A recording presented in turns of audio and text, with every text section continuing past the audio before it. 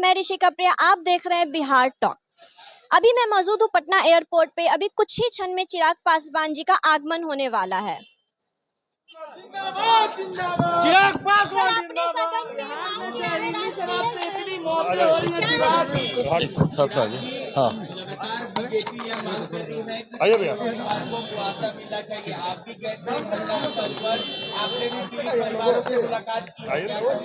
भाई बिल्कुल मुआवजा मिलना चाहिए। मुआवजा क्यों नहीं मिलना चाहिए?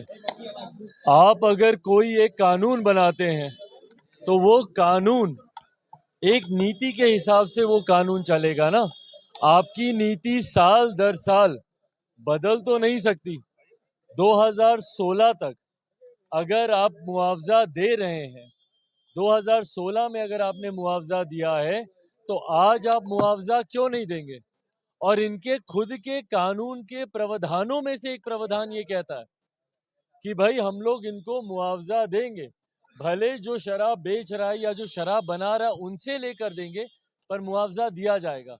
अब आप उनसे ले पा रहे हैं कि नहीं ले पा रहे हैं वो आपकी चिंता है, पर ये आपका एक प्रावधान है और इस प्रावधान के तहत 2016 में भी आप मुआवजा दे चुके हैं। तो आज भी पीड़ित परिवारों को मुआवजा मिलना चाहिए, ये उनका हक है, अधिकार है। मुख्यमंत्री बोलते हैं कि भैया मेरी कोई हमदर्दी नहीं।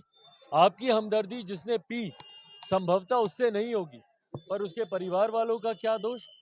20 दिन की बच्ची थी उस दिन मेरी गोद में, उस 20 दिन की बच्ची का क्या दोष?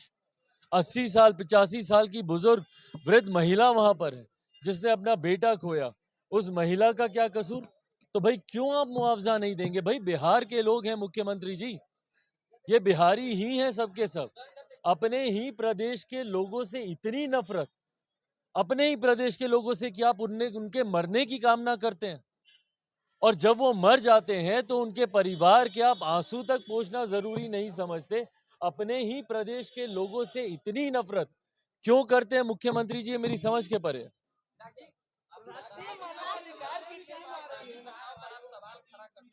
हाँ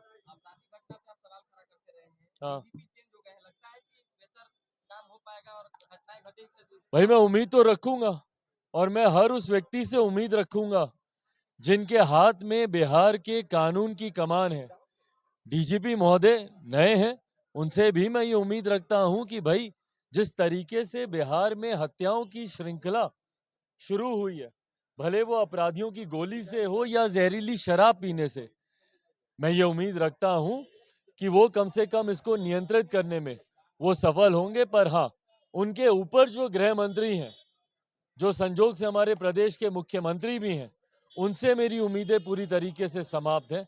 जब तक वो प्रदेश के गृह मंत्री हैं, मौजूदा डीजीपी भी कुछ कर पाए, उस पर जरूर चिंता खड़ी होती है।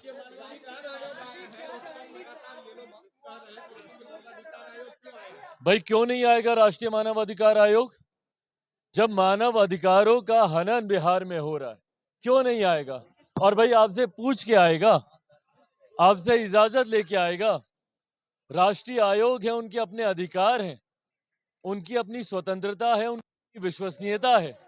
अगर इस बात के सवाल खड़े हो रहे हैं कि बिहार में आंकड़ों को दबाया जा रहा है, छुपाया जा रहा है, और जो कि हकीकत है, मैं खुद भाई छपरा गया हूं, मसरक में गया हूं, मैं खुद में जानता हूं कि जो सरकारी आंकड़े जो दर्शाए जा रहे हैं उससे कई गुना ज्यादा हत्याएं वहां पर हुई हैं। 200 से ज्यादा लोगों की मौत वहां पर हुई है। जिस तरीके से यहाँ पे आंकड़ों को मैनिपुलेट किया जा रहा है, उनको छुपाया जा रहा है, उसके बाद जिस तरीके से दबाव डाला जा रहा है, स्थानीय प्रशासन के द्वारा ही वहां पर दबाव डाला जाता है कि भाई तुरंत, जिस तरीके से आनन फानन में दाह संस्कार करा दिया गया बिना पोस्टमार्टम के, दबाव डाला जा रहा है कि बताना मत जहरीली शराब या शराब पीकर मृत्यु हुई है, नहीं तो तुमको भी जेल में डाल दिया जाएगा। तो ये मानव अधिकारों का हनन ही है। और कोई ऐसा पहला राज्य तो बिहार में है नहीं कि भैया इस आयोग के सदस्य जांच के लिए आए हों। जहां पर जांच में गड़बड़ी पाई जाएगी, मैं तो बल्कि विभिन्न और आयोग से भी आग्रह करूंगा, बाल आयोग को भी अपनी टीम भेजनी चाहिए। छोटे छोटे बच्चे हैं भैया यहाँ पे जिनके साथ इस तरीके का अन्याय हुआ है और उनको न्याय नहीं मिल रहा। महिला आयोग की भी एक टीम को राष्ट्रीय महिला आयोग की तरफ से आना चाहिए, देखना चाहिए भैया कि जिन महिलाओं का घर परिवार उजड़ा है, वो महिलाएं आज की तारीख में किस परिस्थिति में, और अगर आपके पास कुछ छुपाने के लिए नहीं है तो आपको डरने की क्या बात है भैया? इतना हुआ क्यों मचाया जा रहा है? भाई आपके ऊपर विश्वास नहीं है, इसीलिए केंद्रीय समितियां ये आ रही है। मैंने तो भारत की संसद में मैंने इस बात की मैंने मांग की है कि सीबीआई से जांच होनी चाहिए।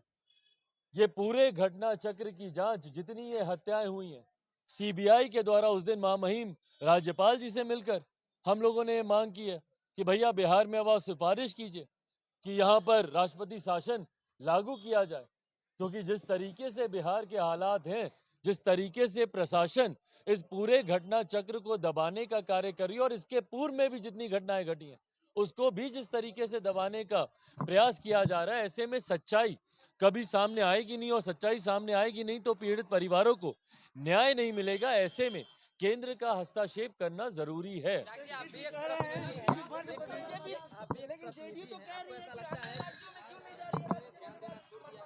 तेजस्वी यादव कह रहे हैं कि केंद्र ने बिहार पे ध्यान देना छोड़ दिया, ऐसा है क्या? आपको लगता है? भाई केंद्र से आप ध्यान आकर्षित कीजिए ना। अगर केंद्र को, अगर आपको लग रहा है कि उन्होंने ध्यान देना छोड़ दिया, आप जाइए भैया केंद्र से बात कीजिए।